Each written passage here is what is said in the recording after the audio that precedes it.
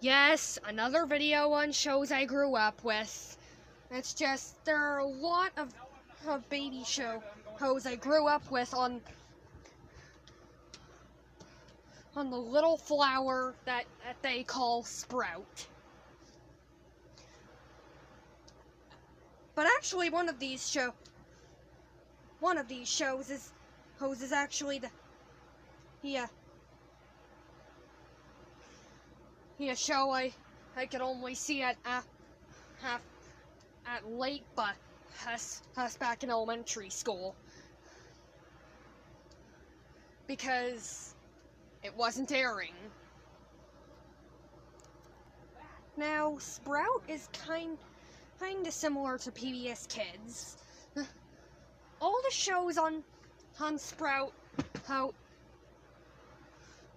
had morals and books. Now, before we move on to the first one, I'm gonna give you a hint on what it actually is, and by showing this image of Fluttershy.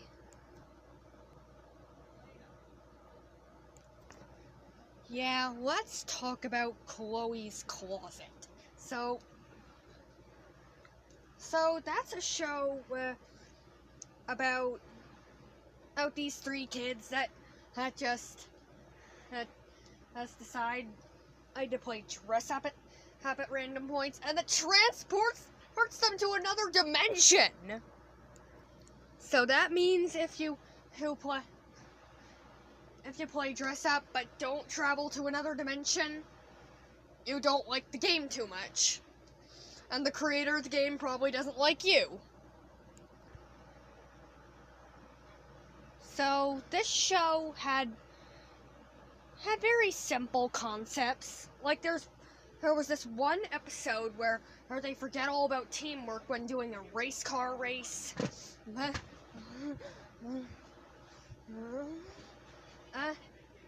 that's weirdly the only episode I remember. And also there's this duck scarf character that's very shy and gets scared very easily. A male duck Fluttershy. So the thing is, I didn't really change the channel when I was young, and something that was on that I hated was on. So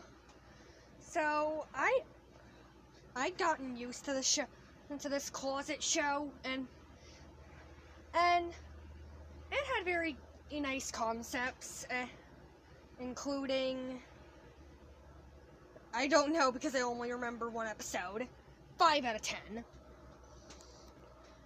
And this next show is actually the one I can only watch in late bus in elementary school, and that's the best mystery show ever created. Busy Town Mystery. All you need to know about Busy Town Mystery is that it was amazing. The two main characters are cats.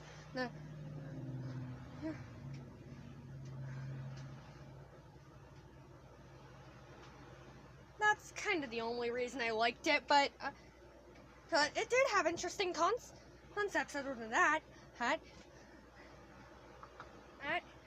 Plus interesting characters. There's like a snake character that hopped on his tail, and two pig characters who argue all the time.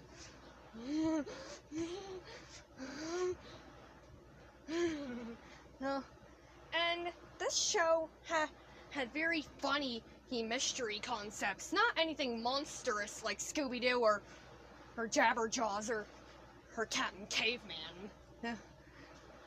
They handled simple mysteries, like they found a journal one time and tried to find out who it belonged to, and the fact that giant apple from a building rolled away and they wanted to find out where it went.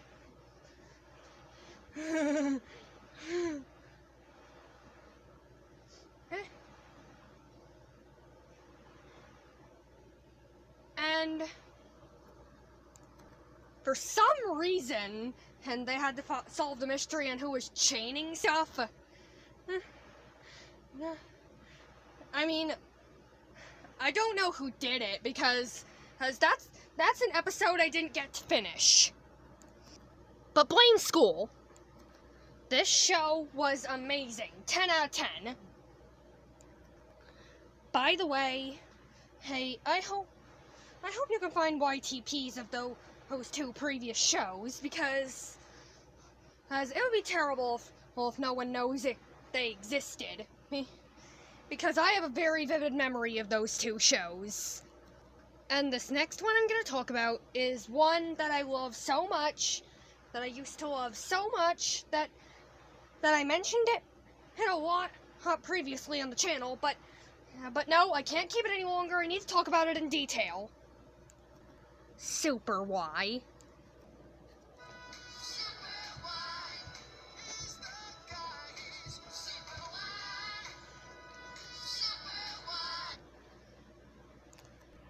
Now, this show didn't teach you how to be a better person and all that. It taught you something way more important. Books. Every episode of Super Y has one of the four characters having a weird problem that they have to solve. So to solve it, they go into a book where the main character is conveniently having the same problem.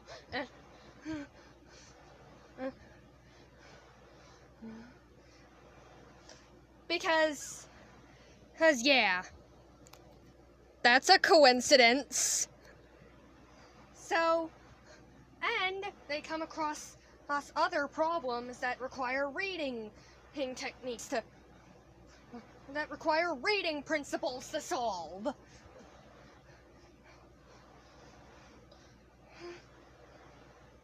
The pig character has the power of singing the alphabet over and over. The roller skating Little Red Riding Hood, my favorite character, has the power of rhymes. Cat Matt, I did it.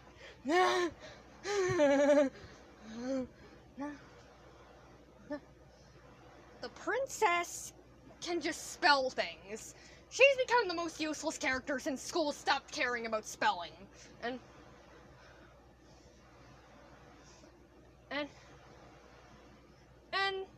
And the Y himself teaches about reading, and when it comes to the problems the actual characters face outside the books, it tackled a bit more weirder topics. Like an episode where the princess has a big test and she's afraid she'll fail, and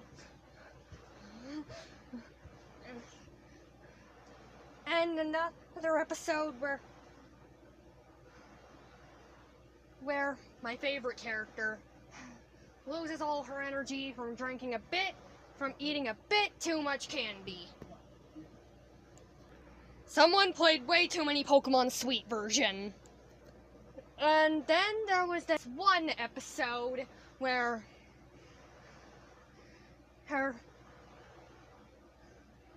Wyatt and Princess P just want to swap houses they live in.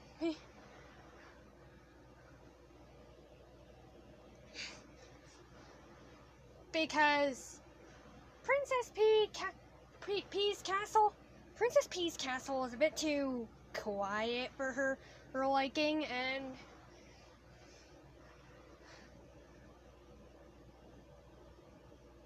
and Wyatt just has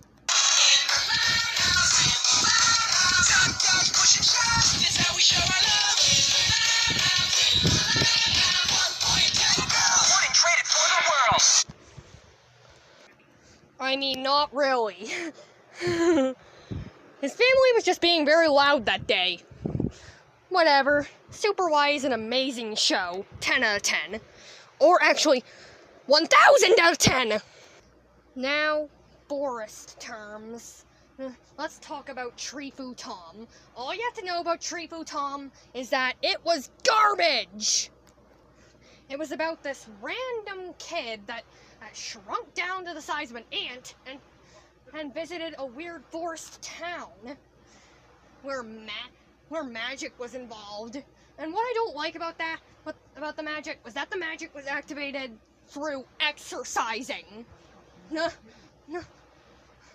I mean, no way!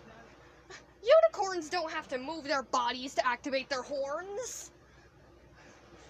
Why do these guys have to?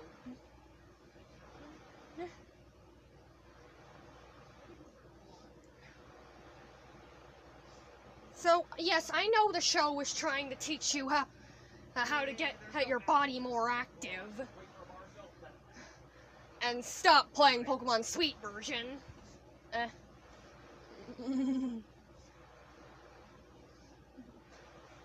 But this show is just repetitive, and though I still watched it, I think it's because I just like to see how bad it was. And I actually do remember a few of the episodes. Well, one I can remember in detail, and that was the episode about how weird goop that made all magic do the opposite of what the users told it to do. But an interesting concept, but still a very terrible show. 0 out of 10. I hated it.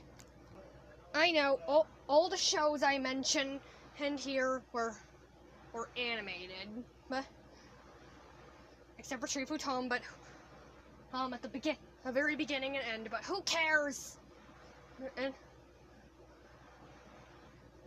Super White did have some live action at the very beginning of the episode. Each episode, at least. Each episode ends. Each episode starts and ends the same.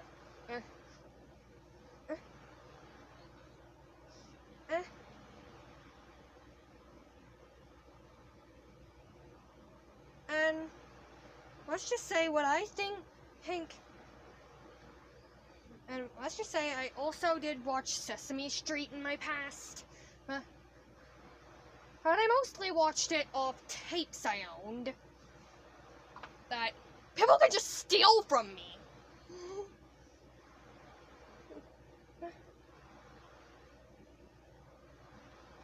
Except can't, because I bet they're all molded up by now. Anyway, I now think that Sprout needed a crossover episode. Like the crossover I'm thinking of is, you know, how the Chloe's Closet people and the Super Wide people would meet and collaborate an episode where Chloe and her two friends find. So an episode where Chloe and her two other friends find fairy tale costumes and who's in the closet and get transported to Storybook Village and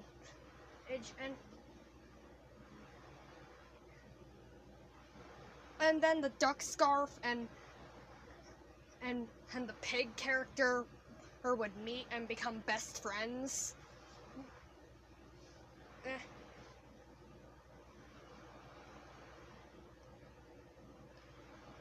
But I don't think that would do very interesting. But what I actually do kind of hope now for is a crossover between Busy Town Mystery and Scooby-Doo, where, you know, where the gang finally he gets a mystery that involves a monster. But because you can't be detectives without monsters.